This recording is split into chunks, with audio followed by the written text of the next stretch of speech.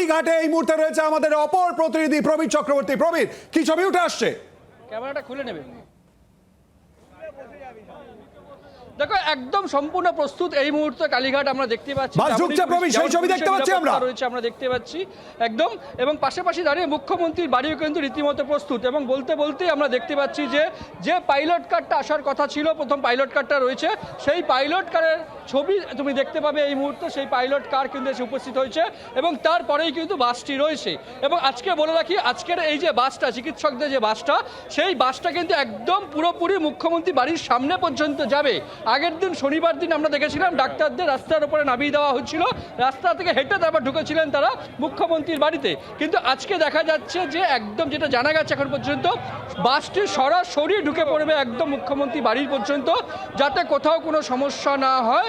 সংবাদ মাধ্যমের উপচে পড়া ভিড় রয়েছে, সেই উপচে পড়া ভিড়ে যাতে কোথাও সমস্যা না হয়। এবং তুমি দেখতে পাচ্ছ বাসটি ইতিমধ্যে কালীঘাট মন্দিরের যে উল্টো দিক সেখান থেকে ঘুরে এই বাসটি কিন্তু ঢুকছে। আন্দোলনকারী চিকিৎসকরা এখানে রয়েছেন, সেই আন্দোলনকারী চিকিৎসকরা বাসে রয়েছেন এবং বাসটি সরাসরি মুখ্যমন্ত্রীর বাড়ির দিকে ঢুকে পড়ছে। একদম মুখ্যমন্ত্রীর বাড়ির সামনে পর্যন্ত যাবে এই বাস। আগের দিন বাসটি রাস্তায় দাঁড় করিয়ে চিকিৎসকদের রাস্তায় নামিয়ে দেওয়া হয়েছিল, আজকে কিন্তু অন্য ছবি দেখা গেল। বাস কিন্তু একদম সরাসরি মুখ্যমন্ত্রী বাড়ির সামনে পর্যন্ত যাবে, সেখানে চিকিৎসকরা নামবেন এবং মুখ্যমন্ত্রী বাড়িতে তারা প্রবেশ করবেন। সুতরাং বৈঠক, যে বৈঠক ঘিরে এতদিন ধরে চলছে, এত কথা এত আলোচনা, সেই বৈঠক কিন্তু শুরু হতে পারে বলে মনে করা হচ্ছে। শুরু হতে পারে আমি এখন এই কারণে বলছি, কারণ এর আগে তিনটে দিন বৈঠকের পরিস্থিতি পরিবেশ তৈরি হয়েও ভেস্তে গেছিল। ফলে যতক্ষণ না মুখোমুখি বসছেন দুপক্ষ, রাজ্য সরকার, মুখ্যমন্ত্রীর পাশাপাশি আন্দোলনকারী প্রতিনিধিরা, ততক্ষণ পর্যন্ত বৈঠক যে শুরু হয়েছে বা বৈঠক যে হবেই, এটা কিন্তু জোর গলায় বলা যাচ্ছে না, কারণ এই অতীতের অভিজ্ঞতা থেকে। তাই আজকে যতক্ষণ না মুখোমুখি বসছেন আন্দোলনকারী এবং রাজ্য সরকার, ততক্ষণ বৈঠক শুরু হলো এটা বলা যাবে না, বৈঠক হবেই এটা বলা যাবে না। আগের তিনটে বৈঠক থেকে অভিজ্ঞতা নিয়ে এই অবস্থায় দাঁড়িয়ে ইতিবাচক পরিস্থিতি এটাই যে বৈঠকের জন্য চিকিৎসকরা এসছেন, মুখ্যমন্ত্রী সহ রাজ্য সরকারের যারা উচ্চপদস্থ আধিকারিক তারা উপস্থিত রয়েছেন এই মুহূর্তে মুখ্যমন্ত্রীর বাড়িতে। এখন দেখার বিষয় আজকের যে বৈঠক, সেই বৈঠক কখন শুরু হয় এবং সেই বৈঠক থেকে ঠিক কোন কোন বিষয় উঠে আসে। শিলাদিত্য। প্রবীর আমাদের সঙ্গে থাকো। প্রবীর যে কথা বলে দিচ্ছে, অর্থাৎ আজ বৈঠক শুরু হতে পারে সেই পরিস্থিতি তৈরি হয়েছে এবং ইতিমধ্যে মুখ্যমন্ত্রী মমতা বন্দ্যোপাধ্যায়ের বাড়ির সামনে এই বাসকে নিয়ে যাওয়া হলো। গত শনিবার আমরা দেখেছিলাম যে বৈঠক শুরু হয়েও হলো না, অর্থাৎ তিনবার কিন্তু বৈঠক শুরু হওয়ার পরিস্থিতি তৈরি হয়েছিল। আজ তৃতীয় দফা এবং সেই বৈঠকের দিকে কলকাতা, রাজ্য, দেশ তাকিয়ে রয়েছে। এই বৈঠক থেকে মূলত কোন কোন বিষয় আলোচনায় উঠে আসে এবং সমাধান কোন পথে আসে।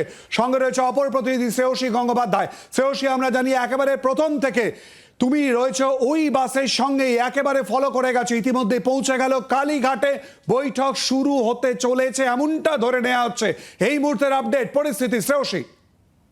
যেটা জানাবো যে প্রায় 29 মিনিটে, মাত্র 29 মিনিটে এই যে বাস, সেই বাস কিন্তু স্বাস্থ্য ভবন থেকে রওনা হয়ে কালীঘাটে মুখ্যমন্ত্রীর যে বাসভবন, সেই বাসভবনে পৌঁছে গেল।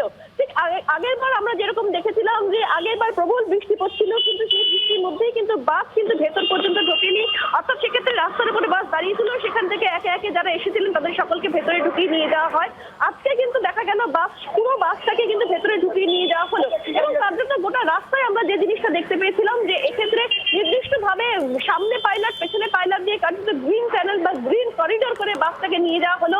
এবং যে বাস 547 নাগাদ সেক্ষেত্রে স্বাস্থ্য ভবনের সামনে থেকে ছেড়েছিল, সেই বাস কিন্তু কিছুক্ষণ আগেই কিন্তু এসে পৌঁছল। অর্থাৎ যদি হিসেব করা যায় তাহলে কিন্তু স্বাস্থ্য ভবন থেকে কালীঘাট এই দীর্ঘ রাস্তা, সেই রাস্তা কিন্তু কার্যত এই বাস কিন্তু এসে পৌঁছলো মাত্র 29 মিনিটে, কারণ গ্রিন চ্যানেল বা গ্রিন করিডোর করে কিন্তু এই বাসটাকে নিয়ে আসা হয়েছে।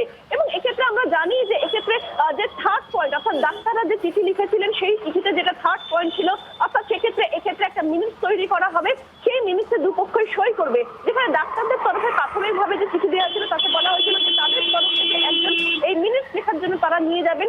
কিন্তু এর যে পাল্টা যে উত্তরটা এসেছিল, যেখানে সরকারের পক্ষ থেকে তারা রাজি হয়েছেন যে হ্যাঁ মিনিটসেই দুপক্ষ সই করবে, সেখানে কিন্তু সেখানে কিন্তু নির্দিষ্টভাবে তাদের ডাক্তারদের যে সস্তায় বিষয়টা, অর্থাৎ তারা নিজেরা তাদের মধ্যে মিনিটস লেখার জন্য লোক নিয়ে যাবেন, সেই বিষয়টা কিন্তু উল্লেখ ছিল না। ফলে এক্ষেত্রে সরকার পক্ষ থেকে যে চিঠি বা যে মেল যখন ডাক্তারদের কাছে পৌঁছলো, যে মেলে বলা হলো যে এক্ষেত্রে মিনিটস লেখা অর্থাৎ তাদের যে থার্ড পয়েন্টটা সেই পয়েন্টটাতেই কিন্তু সরকার রাজি আছে। ফলে সে তখন কিন্তু ডাক্তারদের পক্ষ থেকে শেষ আর একটা মেল করা হলো সেক্ষেত্রে সরকারের কাছে, যেখানে বলা হলো যে এক্ষেত্রে তাদের পক্ষ থেকে কিন্তু তারা এই মিনিটস লেখার জন্য একজনকে নিয়ে যাবে। ফলে এখন দেখা যে এই তাদের পক্ষ থেকে যে মিনিটস লেখার জন্য যাকে তারা নিয়ে যাচ্ছেন তাকে সেক্ষেত্রে তিনি প্রবেশাধিকার পান কিনা, এবং কার্যত কিন্তু দুবার ভেস্তে যাওয়ার পরে শ্রেয়সী, আবার আসবো তোমার কাছে। যে ছবি তুলে ধরছি, বাস এই মুহূর্তে মুখ্যমন্ত্রী মমতা বন্দ্যোপাধ্যায় বাড়ির সামনে দাঁড়িয়েছে এবং সেখান থেকে জুনিয়র চিকিৎসকরা অর্থাৎ আন্দোলনকারীরা ধীরে ধীরে বেরিয়ে আসছেন। শ্রেয়সী,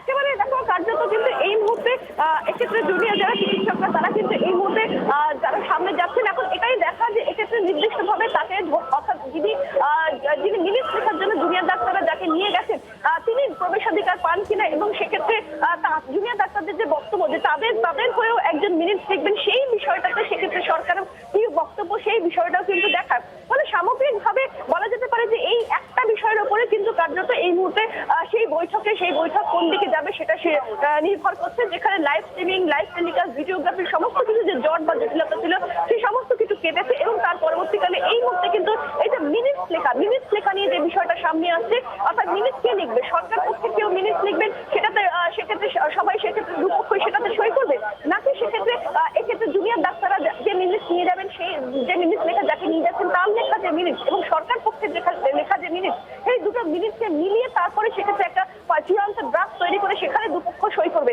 সেই বিষয়টা কিন্তু সেই বিষয়টার উপরেই কিন্তু কার্যত দাঁড়িয়ে আছে যে এই মিটিংটা হবে বা হবে না, এবং এর পরবর্তীকালে তারপরে যদি মিটিং হয় সেখানে জুনিয়র ডাক্তাররা বলেছে তারা তাদের 5 দফা দাবির বিষয়টা নিয়ে আলোচনা করবে। ফলে সেই 5 দফা দাবি সেক্ষেত্রে কিভাবে সরকার দেখছে, জুনিয়র ডাক্তাররাও সেটাকে সেই বিষয়টাকে কিভাবে এগিয়ে নিয়ে যেতে চাইবে, এই সামগ্রিক সমস্ত কিছুর উপরেই নির্ভর করছে কিন্তু যে পরিস্থিতি বা যে জটিলতার জায়গা তৈরি হয়েছে সেটা আদৌ কাটবে কিনা, এবং সেই বিষয়টা কিন্তু সামগ্রিক এই কতগুলো ফ্যাক্টরের উপর কিন্তু এই মুহূর্তে নির্ভর করছে।